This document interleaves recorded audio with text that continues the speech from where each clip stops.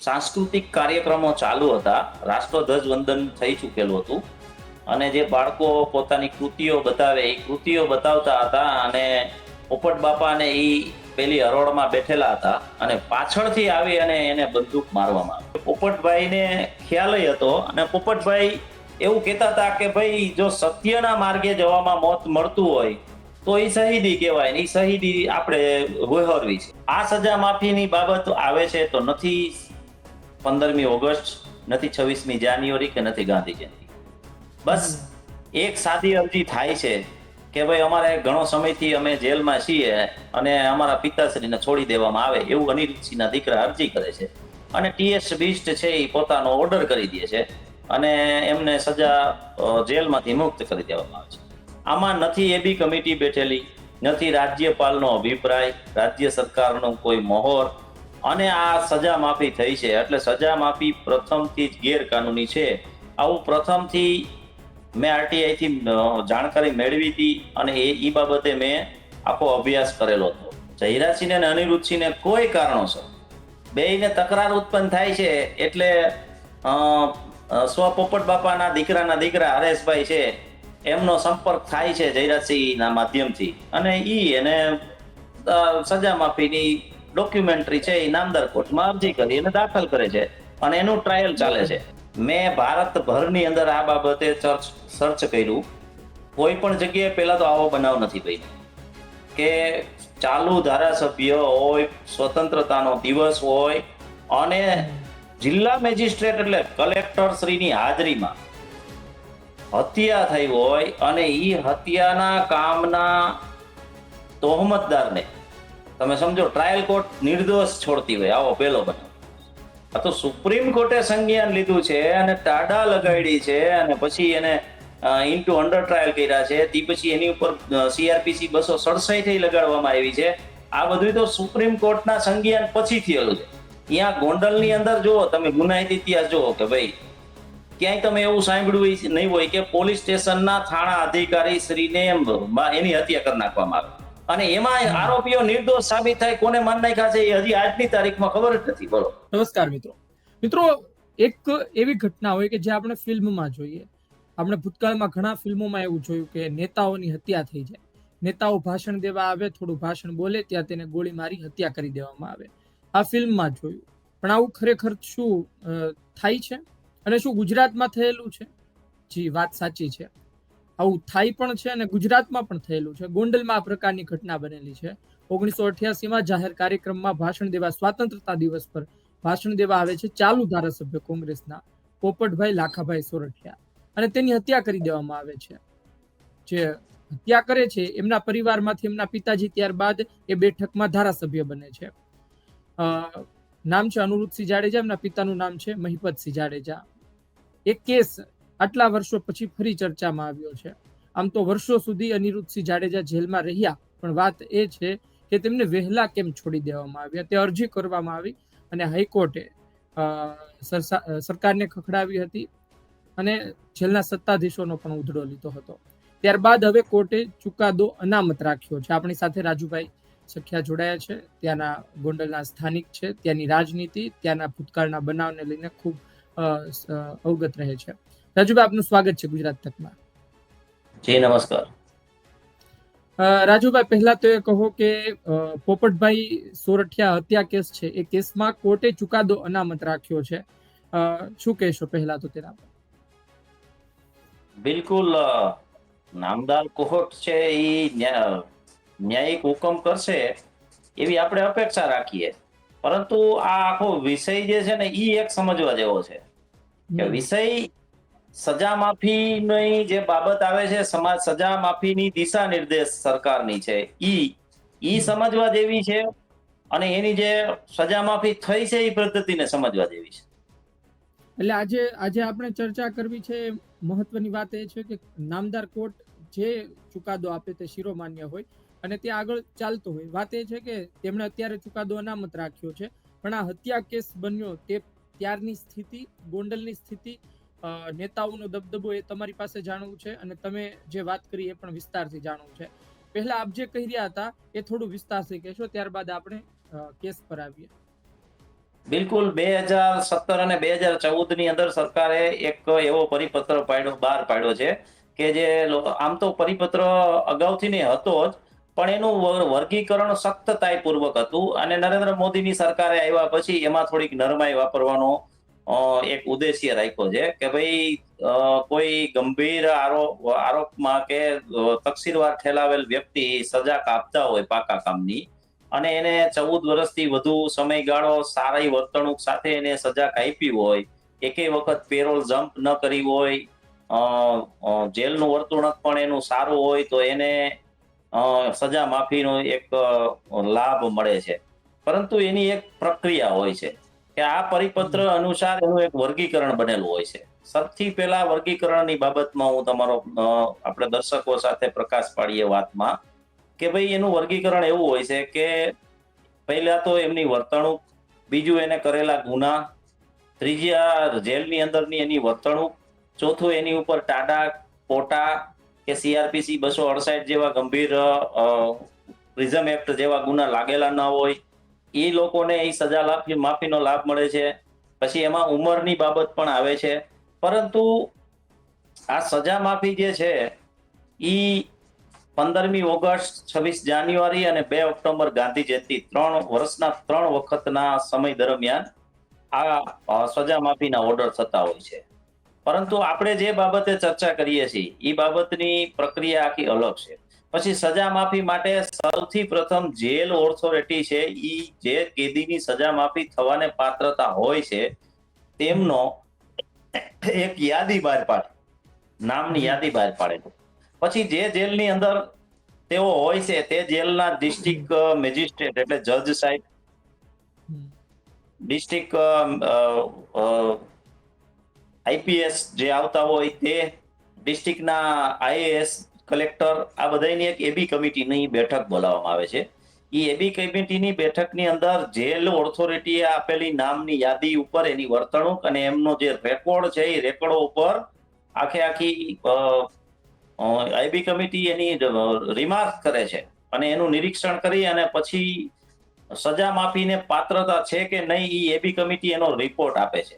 ઈ એબી કમિટીનો report છે એ રાજ્ય સરકારને, રાજ્ય સરકાર છે એ રાજ્યપાલ પાસે મોકલે છે અને રાજ્યપાલ એમાં મોહર લગાવી અને રાજ્ય સરકારને આપે એટલે રાજ્ય સરકારી જે છે ઈ રાજ્ય સરકાર આપે કોને? જેલ ઓથોરિટીને એટલે જેલ આઈજીને. ત્યારે જેલ આઈજી એના ઉપરથી જે વ્યક્તિને સજા માફી થવાને પાત્ર હોય તો એને સજા માફીને પાત્રતા ગણે છે અને જો સજા માફીને પાત્રતા હુકમ છે ઈ પ્રકારનો કરી અને તેમને ઇન્ટુ અંડર ટ્રાયલ રાખે છે. આવી પ્રક્રિયા હોય છે. આ આખી એની પ્રક્રિયા છે. પરંતુ આ સજા માફીની બાબત આવે છે તો નથી 15મી ઓગસ્ટ, નથી 26મી જાન્યુઆરી કે નથી ગાંધી જયંતિ. બસ એક સાદી અરજી થાય છે કે ભાઈ અમારે ઘણો સમયથી અમે જેલમાં છીએ અને અમારા પિતાશ્રીને છોડી દેવામાં આવે એવું અનિરુદ્ધસિંહના દીકરા અરજી કરે છે અને ટીએસ બીસ્ટ છે એ પોતાનો ઓર્ડર કરી દે છે અને એમને સજા જેલમાંથી મુક્ત કરી દેવામાં આવે છે. આમાં નથી એબી કમિટી બેઠેલી, નથી રાજ્યપાલનો અભિપ્રાય, રાજ્ય સરકારનો કોઈ મોહર અને આ સજા માફી થઈ છે એટલે સજા માફી પ્રથમથી જ ગેરકાનૂની છે. આવું પ્રથમથી મેં આરટીઆઈ થી જાણકારી મેળવી હતી અને એ બાબતે મેં આખો અભ્યાસ કરેલો હતો અને અમે પછી નામદાર હાઈકોર્ટની અંદર પિટિશન પણ દાખલ કરેલી હતી. સંજયભાઈ પંડિત છે, બીજા એક ભાઈ થકી કરેલી હતી અને હું એની અંદર ઇન્વોલ્વ પણ થયો હતો, પક્ષકાર જોડાણો હતો.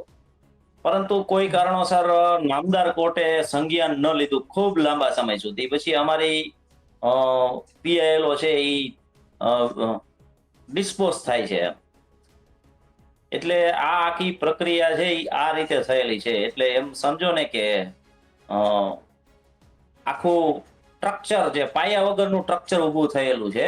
એટલા માટે આવા સવાલો ઉઠે છે, આવી કામગીરીઓ અને ઈ સમયની અંદર તમે જુઓ કે ભાઈ ઈ જયારે સજા માફી થાય છે ત્યારે અનિરુદ્ધસિંહ અને જયરાજસિંહ ગાઢ સંબંધ છે.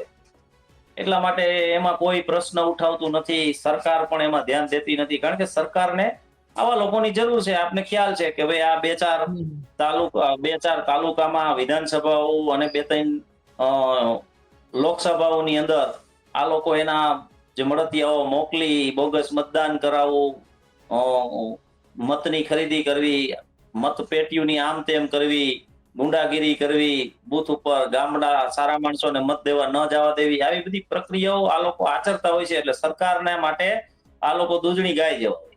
એટલે એમાં ઈ બાબતે રાજુભાઈ, સરકારે ઈ સમયની અંદર કોઈ વસ્તુ કરી નથી. હમ, એટલે રાજુભાઈ, આજે જી જી બોલો. એટલે આજે જ્યારે ઈ બેયને, જયરાજસિંહ અને અનિરુદ્ધસિંહને કોઈ કારણોસર બેયને તકરાર ઉત્પન્ન થાય છે, એટલે અ, પોપટ બાપાના દીકરા હરેશભાઈ છે, એમનો સંપર્ક થાય છે જયરાજસિંહના માધ્યમથી, અને ઈ એને સજા માફીની ડોક્યુમેન્ટરી છે એ નામદાર કોર્ટમાં અરજી કરી અને દાખલ કરે છે, અને એનું ટ્રાયલ ચાલે છે. તો આપ જે વાત કરી રહ્યા છો કે જયરાજસિંહ એમના પૌત્રના સાથે મળ્યા, એ બે ની વચ્ચે મુલાકાત થઈ અને ત્યારબાદ આ બધું થયું છે. જી બિલકુલ, કારણ કે આ તો સમજી લ્યો 1988 થી આમ હત્યા કેસ કોર્ટમાં ચાલતો હતો. સજા માફી 2018 માં થયેલી હતી. 18 થી લઈ અને 24 સુધી એમના પરિવારમાંથી કોઈ નથી આવ્યું. એના કારણ આપણે સ્પષ્ટ સમજી શકીએ કે આ બંને વચ્ચે તકરાર ઉત્પન્ન થઈ, એટલે જ પરિવારમાંથી કોઈ ગયા. અમે ગયા હતા, પણ અમારું સંજ્ઞાન કોર્ટે એટલા માટે નથી લીધું કે અમે ત્રાહિત વ્યક્તિઓ હતા.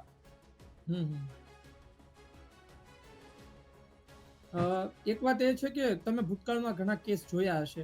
શું આવા કોઈ ભૂતકાળમાં કેસ છે કે જેમાં આ પ્રકારે ચાલુ ધારાસભ્યની પણ કોઈની હત્યા કરી હોય અને પછી તમામ ધારાધોરણ દૂર કરી એના પરિવારના કોઈ વ્યક્તિએ અરજી કરી હોય અને સજા માફી આપી દીધી હોય, તેવા ઉદાહરણ ભૂતકાળમાં કોઈ છે કે આ એક જ છે?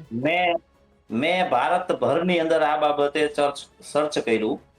કોઈ પણ જગ્યાએ પહેલા તો આવો બનાવ નથી બન્યો કે ચાલુ ધારાસભ્ય હોય, સ્વતંત્રતાનો દિવસ હોય અને જિલ્લા મેજિસ્ટ્રેટ એટલે કલેક્ટર શ્રીની હાજરીમાં હત્યા થઈ હોય અને ઈ હત્યાના કામના તોહમતદારને તમે સમજો ટ્રાયલ કોર્ટ નિર્દોષ છોડતી હોય, આવો પહેલો બનાવ.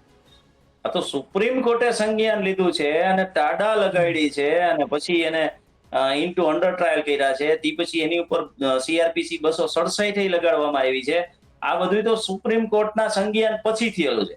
અહીંયા ગોંડલની અંદર જુઓ તમે, ગુનાહિત ઇતિહાસ જુઓ કે ભાઈ ક્યાંય તમે એવું સાંભળ્યું નહીં હોય કે પોલીસ સ્ટેશનના થાણા અધિકારી શ્રીને એની હત્યા કરી નાખવામાં આવે, અને એમાં આરોપીઓ નિર્દોષ સાબિત થાય. કોને માન નાખ્યા છે એ હજી આજની તારીખમાં ખબર જ નથી. બોલો. જી, બીજી વાત એ છે, આવું તો ગોંડલમાં જ મળે ને જાણો.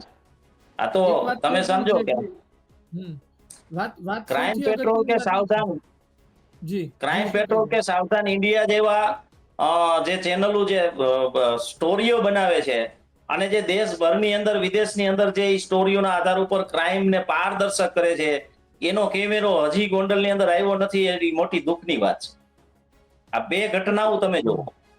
જી, મારે છે ને આ કેસને લઈને રાજુભાઈ થોડું વિસ્તારથી જાણવું છે, કારણ કે તમે જુઓ કે અનિરુદ્ધસિંહ છે, એમના ફાધર ત્યારબાદ MLA બન્યા અને અપક્ષ જીતીને આવ્યા 2 વખત. પાછી તમે જે વાત કરી કે ભાઈ પોલીસ અધિકારીની પણ હત્યા થઈ જાય, એમાં કઈ નવી વાત નથી ગોંડલમાં. તો જયરાજસિંહ જાડેજાનો પરિવાર છે, ગીતાબા જે ધારાસભ્ય છે, પણ જયરાજસિંહ ઉપર આરોપ લાગી, એ પણ જેલમાં ગયા, એ પણ બહાર આવેલા છે. મારે જાણવું છે કે આ ઘટના બની 1988માં, ત્યારે કેવી પરિસ્થિતિ હતી? પોપટભાઈ લાખાભાઈ સોરઠિયા કોણ છે? એનો સ્વભાવ કેવો હતો? એ સમયમાં એમનો રૂવાબ કેવો હતો? સામે અનિરુદ્ધસિંહ જાડેજા એ સમયે કયા પ્રકારના વિચારધારા વાળા વ્યક્તિ હતા? મહિપતસિંહનો કેવો દબદબો હતો? થોડું વિસ્તારથી જણાવશો એ સમય વિશે. બિલકુલ. જો આ આખી ઘટના એવી છે કે એક જાતિવાદ માનસિકતાના કારણે આ આખી ઘટના ઊભી થયેલી છે.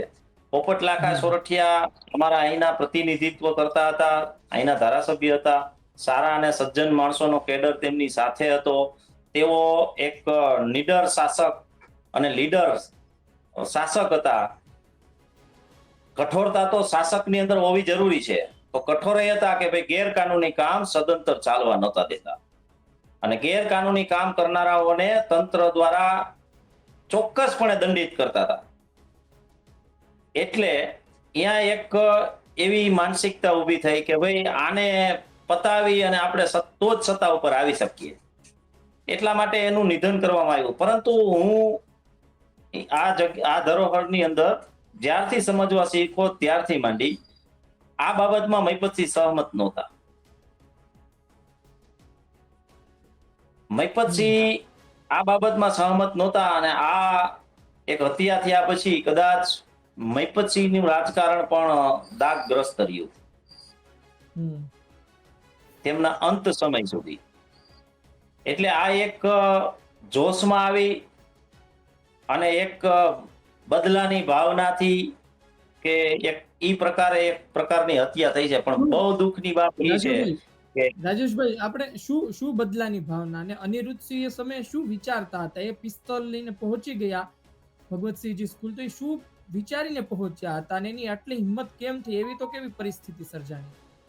બિલકુલ આપણે સમજી શકીએ. એને એવું હોય એ સમયની અંદર એનો વિચાર એવો હોય કે ભાઈ અહીંયા કે પોપટલાખા સરોઠિયાની હત્યા કરશું તો જ આપણે સત્તા ઉપર આવશું અને તો જ આપણે જે ગેરકાનૂની કામો કરવા છે એ બધા આપણે કરી શકશું. આ પ્રકારની ભાવના હોય અને બદલો એ પ્રકારનો હોય કે ગેરકાનૂની કામ છે આ પોપટલાખા સોરઠિયા જ્યાં સુધી પ્રતિનિધિત્વ કરે ત્યાં સુધી ગોંડલમાં થવા શક્ય નહોતા અને જેને ગેરકાનૂની કામ કર્યા એના માટે છૂટવું સહેલું નહોતું.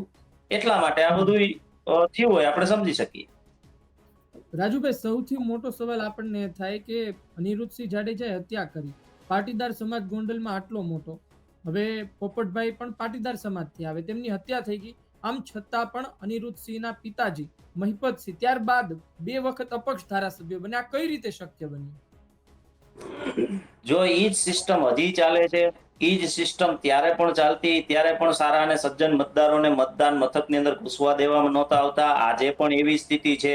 ત્યારે પણ મતમાં બેલેટ પેપર ઉપર ખોટા સિક્કા લગાડવામાં આવતા, બૂથ કેપ્ચિંગ કરવામાં આવતા. આજની તારીખમાં પણ ઈ જ પરિસ્થિતિ છે. ઈવીએમ મશીનની સ્વિચો અહીંના લોકોને દબાવવાના ઘણા બધા એવા બૂથો છે કે એને અધિકાર નથી. ત્યાં અસામાજિક તત્વોના ટોળા ઉભા રાખવામાં આવે છે અને ઈ ટોળાઓ છે ઈ મતદાન મથક ઉપર ધાંધલી કરી અને ખોટા મત નાખી દે છે અને સાચા મતદારને ઈવીએમ મશીનના બેલેટ મશીન સુધી પહોંચવા જ નથી દેતા, માત્ર પ્રક્રિયા સુધી જ પહોંચવા દે છે. એ સમયે મહિપતસિંહનું પણ એ સમયે આટલું મોટું નામ હતું જેટલું નામ જાડેજા પરિવારનું છે. બિલકુલ બિલકુલ એ જ સિસ્ટમ થી અહીંયા કે ચૂંટણી જીતાતી આવે છે. હજી પણ એ સ્થિતિ છે. આટલા વર્ષો પછી પણ કઈ બદલાવ નહીં આવે? નહીં, કોઈ જાતનો નહીં. કારણ કે તંત્ર અહીંની સિસ્ટમ એવી છે કે સૌથી પ્રથમ તંત્ર ઉપર હાવી થવાનું. તંત્ર ઉપર હાવી થઈ જાવ એટલે તંત્ર દબાઈ જાય. તંત્ર પોતાની જે ફરજ છે એ નિષ્ઠાપૂર્વક બજાવી ન શકે અને બજાવે તો એની સાથે પણ શું થયું છે એ બધા જાણે જ છે. પ્રિસાઇડિંગ ઓફિસરો, રિટર્નર ઓફિસરો, ઝોનલ ઓફિસરો, બધાને ખબર જ છે કે અહીંયા એની એને કેવા વ્યવહાર થયા છે અને એને કેવું ભોગવવું પડ્યું છે. રાજુભાઈ, પોપટભાઈ બિલકુલ જવાબદારીપૂર્વક આ વાત હું બિલકુલ જવાબદારીપૂર્વક કહું છું, કારણ કે મેં છેલ્લી 10 ચૂંટણીથી આ મેં અનુભવેલું છે. મેં જાતે અનુભવેલું છે. કોઈ વખત હું ઉમેદવાર તરીકે રહ્યો છું, કોઈ વખત હું ઉમેદવારનો ચૂંટણી એજન્ટ તરીકે રહીને પણ મેં મતદાન મથક ઉપર જઈ અને આ વાસ્તવિકતા આખી જે મેં અનુભવી છે એ હું તમને કહું છું. વાત એ છે કે પોપટભાઈ સોરઠિયા પર તે પહેલા પણ હુમલા થયા હતા. મને માહિતી છે ત્યાં સુધી 4 વખત એ પહેલા પણ, આ 5મી વખત છે એમનું મોત જ થઈ ગયું. શું એમને ખબર હતી કે એમની સામે આ પ્રકારનું થઈ શકે છે, એમની હત્યા થઈ શકે છે? એમને કોઈ એવા વાવડ મળી ચૂક્યા હતા પહેલા કે એવું કઈ ખબર નહોતી? મેં અહીંયા અમારા રાજકીય જે વૃદ્ધો વડીલો છે એની બાબતે મેં પૂછપરછ કરી ત્યારે એવું કીધું કે પોપટભાઈને ખ્યાલ હતો અને પોપટભાઈ એવું કહેતા હતા કે ભાઈ જો સત્યના માર્ગે જવામાં મોત મળતું હોય તો એ શહીદી કહેવાય ને, એ શહીદી આપણે વહોરવી છે. પણ આ જે વિચાર છે કે એક વખત ખતમ કરવો છે કે ભાઈ ગેરકાનૂની ધંધા કરવા, લોકોને માથે હાવી થઈને રહેવું, ગુંડાગીરી કરવી, અસામાજિક તત્વોનો એક કેડર ઉભો કરવો, આ બધી જે સિસ્ટમ થી એ વાકેફ હતા અને એ સિસ્ટમને એને હોલ્ટમાં રાખી દીધી હતી એક વખત. એટલા માટે એની ઉપર આ થવાનું હતું. પરંતુ તંત્રએ તે દિવસે પણ જો સજાગતા દાખવી હોત તો કદાચ પોપટ બાપા એ સમયની અંદર આ મિશન છે એ પૂરું કરી શકે. રાજુભાઈ, જેમ કે હું પોતે હોઉં, તમે હો, અન્ય કોઈ પણ વ્યક્તિ હોય, એ વ્યક્તિ ભાષણ આપતા હોય અથવા તો કોઈ જગ્યાએ હોય, એમની આજુબાજુ એમના માણસો પણ હોય, એમના વિરોધીઓ અથવા ખબર હોય કે આ વ્યક્તિ હુમલો કરવાનો છે, ઘણા સમયથી પ્રયત્ન કર્યો, તે સાવચેત થઈ જાય આવે તો. આમ છતાં પણ એ ભાષણ બોલતા રહ્યા અને ગોળી મારી દીધી અનિરુદ્ધસિંહે. આ કઈ રીતે શક્ય બન્યું? એ ભાગવા ગયા હતા અને ગોળી વાગી મેં હતી કે પછી? મેં સાંભળ્યું છે ત્યાં સુધી અ, સાંસ્કૃતિક કાર્યક્રમો ચાલુ હતા, રાષ્ટ્રધ્વજ વંદન થઈ ચૂકેલું હતું અને જે બાળકો પોતાની કૃતિઓ બતાવે એ કૃતિઓ બતાવતા હતા અને પોપટ બાપા ને એ પેલી હરોળમાં બેઠેલા હતા અને પાછળથી આવી અને એને બંદૂક મારવામાં આવી છે. સામી એટલે છાતીએ એની ઉપર પ્રહાર નથી પાછળથી ગોળી થયો. વાગેલી છે. જી બિલકુલ, ઓડિયન્સ માંથી આવી અને પાછલા ભાગમાંથી હમ. ગોળી મારવામાં આવી. બરોબર. કારણ કે આ લોકો સુધી પહોંચવું જરૂરી છે. ઘણી વખત શું આપણે આ પ્રકારે વાત કરતા હોય તો લોકો પોતાની રીતના એવું કલ્પના કરે કે ભાષણ આપતા હશે ત્યારે ગોળી વાગી હશે. પણ આ શું ઘણી વખત આવી માહિતી ત્યાંના સ્થાનિક હોય, ત્યાં રહેતા હોય એવા લોકો સાથે વાત કરી હોય તો આપણને વધુ ખબર પડે. એક વાત એ કહેશો કે અત્યારના સમયે જેમ કે અમિત ખૂટ આત્મહત્યા કેસ સામે આવ્યો ત્યારબાદ સતત એમની મુશ્કેલી વધી રહી છે. કારણ કે વચ્ચે એવા સમાચાર આવ્યા એમની કોઈ સંપત્તિ આજુબાજુ બુલડોઝર ફર્યા છે, એમને પોલીસ શોધી રહી હતી. અમિત ખૂટ કેસમાં પણ મુશ્કેલી વધી હતી ને હવે ઉપરથી પાછું આ કેસ ખુલ્યો છે. એટલે તમે શું જોઈ રહ્યા છો કે હમણાં કેમ આટલું બધું વધી રહ્યું? તેની પાછળનું કારણ શું છે? બિલકુલ, એની પાછળનું કારણ એક જ કે એ બેયની વચ્ચે મતભેદ છે એટલે બેયનું સમાધાન થઈ જાય એટલે તંત્રને કામ કામ કરતું બંધ થઈ જાય. કારણ હમ કે સરકારને બેયની જરૂર છે. હમ હમ. તો ફાયદો તો બંનેનો તેમાં જ છે ને રાજુભાઈ, બંને સાથે મળીને રહે. પણ નુકસાની તો જે જનતાની છે ને, સાથે મળે ત્યારેય નુકસાની છે ને હામાં છે તોય નુકસાની તો અમારી જ છે ને, જનતાની જ. જનતાની નુકસાની છે પણ એ બંને સાથે રહે તો બંનેનો ફાયદો છે, છતાં કેમ દૂર રહે છે? સાથે રહે કે દૂર રહે એનાથી વિસ્તારના નાગરિકોને કાંઈ ફરક નથી પડતો, પરંતુ સરકારને નોખા રહે તોય ફાયદો થાય છે અને ભેગા રહે તોય ફાયદો થાય છે. ને મારું એ કહેવાનું છે નોખા રહેશે તો ટાર્ગેટ આપવામાં આવશે, અલગ અલગ હશે તો ટાર્ગેટ આપવામાં આવશે કે તમારે આ બરોબર. વિસ્તારમાં આટલું કામ કરવાનું ને આટલા મત લઈ આવવાના ને આ આગેવાનને દબાવવાનો ને ઓલાને બેસાડવાનો ને આ બધા ટાર્ગેટ આપવામાં આવશે. ભેરા હશે તો ભેરા કામ એક આખું પેકેજ આપવામાં આવશે કે ભાઈ બે થઈને કરો. હવે આમાં એટલે જુઓ અહીંયા કે અલગ હશે તો કોમ્પિટિશન થશે ને અને દેખાડશે કે તે કેમ અનિરુચિએ અમિત શાહને વધુ મતથી જીતાડવા માટે હજ યાત્રા બીજી ત્રીજી યોજનાઓ કાઢી હતી. એક વાત એ છે તો કે આમાં અત્યાર સુધીની પરિસ્થિતિ આપણે જોઈએ ને તો આપણે કહી શકીએ કે ભાઈ પરિસ્થિતિ સારી નથી. પણ હું એક એ વાત કહી રહ્યો છું કે સામાન્ય રીતે આજકાલ તો નેતાઓ એવું કરતા હોય છે, પોતાના વિસ્તારમાં 2 નંબરના કામ ચાલતા હોય તો એની હારે જ સાઠગાંઠ કરી લે અને એની સુધી પણ હપ્તા પહોંચતા હોય છે. કયા વિસ્તારમાં 2 નંબરના ધંધા નથી થતા આજે ગુજરાતમાં? બધા મોટાભાગના તાલુકાઓમાં થાય છે. પણ એ સમયે પોપટભાઈ 2 નંબરના ધંધાને લઈને જ વિરોધમાં હતા કે પછી બીજો પણ કોઈ મુદ્દો બિલકુલ હતો કે જેના કારણે ટસલ હતી?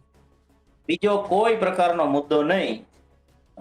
નીડર, નિષ્ઠાવાન અને કઠોર શાસક તરીકે એમની છાપ હતી અને ગેરકાનૂની ધંધા કરવા વાળાવે એમ સમજો ને કે ગોંડલની અ, અંદરથી પલાયન કરી દેવું પડ્યું એવી સ્થિતિ પણ બની હતી. એક વાત એ કહો કે સતત એવું કહેવામાં આવે છે કે 18 વર્ષ ને આટલા વર્ષ સુધી જેલમાં રહ્યા, અનિરુદ્ધસિંહ જેલમાં આટલા વર્ષો સુધી કન્ટિન્યુ રહ્યા ને એમણે પોતાના પાપનું પશ્ચાતાપ કર્યું. તો આજની તારીખ એવું બને કે આ જેલમાંથી બહાર આવી જઈએ? આજની તારીખ એવું બની શકે કે જેલમાં તમામ સુવિધાઓ મળે એવું બધું શક્ય છે? ત્યાંના લોકો તો કારણ કે સામાન્ય રીતે જે તે વિસ્તારના વ્યક્તિ કઈ પરિસ્થિતિમાં જેલમાં છે એવી ચર્ચાઓ તો થતી હોય. હું પ્રશ્ન સમજ્યો નહીં. રાજુભાઈ, હું એ કહી રહ્યો છું કે જેલમાં ઠાઠ હોઈ શકે ને જેલમાં હતો કોઈ આરોપીના ઠાઠ હતો હોય તો એ વિસ્તારના તો લોકોને ખબર હતો પડી જતી હોય. હતો જ નામદાર ગુજરાત હાઈકોર્ટમાં એપ્લિકેશન 2017 ના અંદર દાખલ થઈ છે, બરાબર છે. એની અંદર સ્પષ્ટ ઉલ્લેખ કરેલો છે કે અનિરુદ્ધસિંહ મહિપતસિંહ જાડેજા જુનાગઢ જેલમાંથી રાજકોટ સિવિલના નામે પેરોલ લઈ અને સિવિલના જે સાથેના જે પોલીસ કર્મચારીઓને લઈ અને સભાઓ એટેન્ડ કરવા જાય છે વિધાનસભાની. એપ્લિકેશન દાખલ થઈ હતી પુરાવા સાથેની. હમ જયેશ રાદડિયાની સભા એટેન્ડ કરે છે જે જેતપુરની અંદર. ઠાઠમાટ તો હતો જ, ઈ ક્યાં આમાં જગ જાહેર છે. એમ હમ સમજો કે જેલ જ એનો મહેલ હતો. હમ હમ. અત્યારની પરિસ્થિતિ પ્રમાણે હવે વાત કરીએ આપણે, થોડું આગળ વધીએ ને હવે અત્યારની પરિસ્થિતિ પર. હવે હત્યા કેસ લઈ લીધો, ભૂતકાળની સ્થિતિ લઈ લીધી, આજની સ્થિતિ તમે કઈ રીતની જોઈ રહ્યા છો? વાત એ છે કે અત્યારે તો એ પરિવાર ત્યાં હશે પણ નહીં. રીબડા ભલે એમનું પોતાનું ગામ થઈ ગયું હોય અત્યારે મોટા ભાગનું, છતાં એ પોતે અત્યારે તો ત્યાં નહીં હોય. સ્થિતિ શું છે અત્યારના લોકો વચ્ચે, શું ચર્ચા ચાલે છે, માહોલ કેવો છે? જો કરેલું છે એ તો ભોગવવું જ પડશે. એને કર્યું છે એને ભોગવવાનું છે. માહોલમાં તો એવું છે કે બંનેના કહેરથી કેમ છૂટવું, બંનેના કહેરથી કેમ છૂટવું, ઈ લોકો એક આખો વિકલ્પ ઉત્પન્ન કરી રહ્યા છે મનની અંદર કે આનાથી કેમ છૂટાય બેયથી. લોકોને ઈ રીબડામાં રહે કે નથી રહેતા એનાથી કાંઈ ફરક નથી પડતો, પરંતુ એક પ્રકારની અંદર દહેશત છે ખરા કે આ લોકોનું તંત્ર કાંઈ કરશે નહીં એટલે આ છે એના કરતા ડબલ પેલા થઈને આવશે. કારણ કે સરકારની મીઠી નજર છે ને. તમે જુઓ કે આ બે બાધે એટલે 1500 2000 પોલીસો 4 5 દિવસ સુધી ખડકી દેવાની. આ કોઈના બાપ દાદાની જાગીર છે? આ પોલીસ વાળાઓને તમે સામાન્ય માણસ ફરિયાદ લેવા જાય તો એને 4 5 કલાક સુધી બાયણે વેટિંગમાં બેસાડે છે. ઈ ત્યાં કે દંડો લઈને ઉભા હોય 4 દિવસ સુધી, તાટ તડકો તાપ જે હોય તે સિચ્યુએશનમાં. તો આ બધું સરકારની પાસે, ગૃહ વિભાગ પાસે આ તો ડેટા હશે ને કે ભાઈ પહેલી વખત મીટિંગ કરી ત્યાં આટલા પોલીસ, બીજી વાર બાયધા ત્યાં આટલા પોલીસ, ત્રીજી મીટિંગ કરી ત્યાં આટલા, ચોથી વખત ગયા ત્યાં આટલા, રાજુ સોલંકી આવ્યા ત્યાં આટલા. એ પછી જે કઈ એના જે આખો જે કાર્યકાળ છે આજે બેયના વિવાદનો, ઈ દરમિયાન જે તંત્રનો ઉપયોગ થયો છે એ તો ગૃહ વિભાગે મંગાવવું જોઈએ ને, ડીએસપી પાસેથી, કલેક્ટર પાસેથી કે ભાઈ અહીંયા સુલે શાંતિ જાળવવા માટે તમારે કેટલા ઉપકરણો અને કેટલા માનવ વ્યય થયો એનો અહેવાલ આપો. તો એની જવાબદારીમાં આવે ને. તો આવી વર્તણૂક, આવું વર્તન થતું હોય તો જયરાસિંહની સજામાં, અનિરુદ્ધસિંહની સજા માફી જે થઈ છે એ બાબતની એપ્લિકેશનમાં આ દેવું જોઈએ અને સુપ્રીમ કોર્ટની અંદર અભિપ્રાય આપવો જોઈએ કે ભાઈ આ ભાઈ છે, તમે એને તો શાંતિથી ઘીરે રહેવાનું કીધું છે અને આ ભાઈ તો આવા સ્ટન્ટો ઉભા કરે છે, ઝઘડાઓ કરે છે, તંત્રનો ગેરકાનૂની ઉપયોગ કરે છે. તો આમને તમે જે જામીન આપ્યા છે સુપ્રીમ કોર્ટે, એ સુપ્રીમ કોર્ટના જામીન ઉપાડી લેવા જોઈએ ને, એવું સરકારને કેવું જોઈએ ને. સરકાર ક્યાં નૈતિકતામાં આવે છે? સરકારને નાગરિકોની પડી જ નથી. જો એને સરકારને નાગરિકોની પડી હોય તો આ આટલી બધી વસ્તુ છે, આનો અહેવાલ બનાવીને આને બે જગ્યાએ પ્રસ્તુત કરવો જોઈએ કે નહીં? હજી સુધી નથી કર્યો સરકારે. ડીજીપી અને ગૃહમંત્રી જો ફાકા ફોજદારીઓ કરતા હોય ને તો એને આ બાબતે કરવાની હેસિયત હોય તો કરીને બતાવે.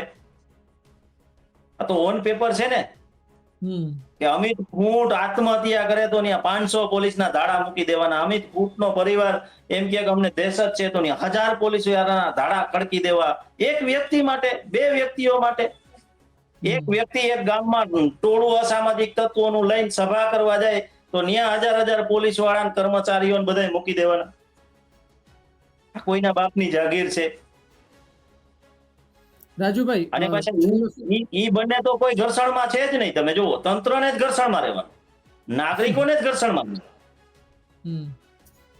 રાજુભાઈ, છેલ્લો સવાલ મારે પૂછવો છે કે શું ગોંડલની ગાદી જ એટલી જોખમી છે કે તમારે એના પર ટકી રહેવું હોય તો હત્યાઓ પણ કરવી પડે, અથવા કોઈને સાથ આપવો પડે, અથવા તો કોઈને છાવરવા પડે, કે પછી એવું કશું નથી પણ આ ચાલે છે આવું? બિલકુલ એવી કોઈ જોખમી ગાદી નથી. આ બે જે વ્યક્તિઓ ગેંગસ્ટરો છે, આ બેયની ઉપર સરકારે કાયદેસરની કાર્યવાહી કરવી અને એની નૈતિક જવાબદારી બજાવવી જોઈએ. એ નથી બજાવી એનું આ પરિણામ છે. અને હજી આવનાર સમયની અંદર જ્યારે પણ સરકારની અંદર બદલાવ આવશે ત્યારે ગોંડલને ચોક્કસપણે ન્યાય મળશે. જી.